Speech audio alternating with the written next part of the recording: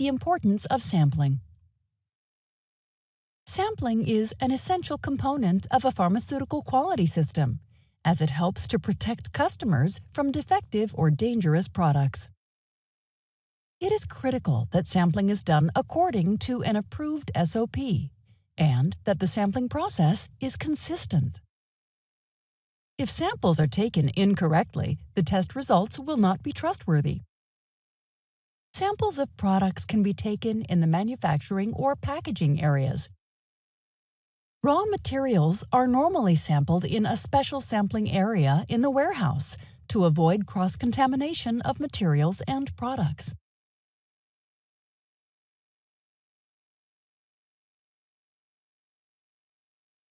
Sample containers continued. Container closure. The container must be capable of being tightly sealed to prevent both loss of sample and sample contamination. The caps and rubber rings used to seal the containers could also react with the samples and must be chosen carefully. Container color.